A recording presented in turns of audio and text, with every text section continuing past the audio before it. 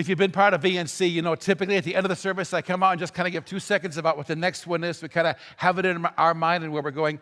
I'm going to do that, but I want to give you the next 2.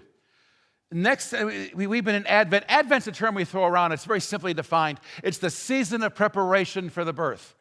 So from the 4 Sundays after Thanksgiving up until the Sunday before Christmas, it's the season of Advent, preparing for the birth. Advent ends on Christmas Eve because then we celebrate the birth. And we've been looking at through the perspective of different people. Today, obviously, was Joseph. Last week was Mary. The first one was the wise men. How should we end Advent? Well, let's cut right to the chase. The birth event next Sunday is through the eyes of Jesus. Let's wrap up Advent with Jesus. And then, if you've been part of VNC, you already know this, but if you're fairly new, let me just remind you. One of our great traditions, Christmas Eve, we end Advent together. This Christmas Eve service is 7 p.m.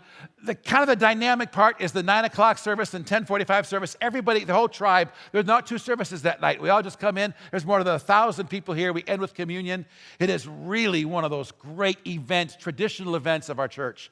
That Christmas Eve service, a week from Tuesday, I know it's coming fast, at 7 p.m., we're going to kind of pull it all together, the Christmas event through the eyes of me and you. So next Sunday, through the eyes of Jesus, and have on your calendar, whatever you do, that Christmas Eve, 7 p.m. on the 24th, through the eyes of me and you as we kind of wrap up Advent.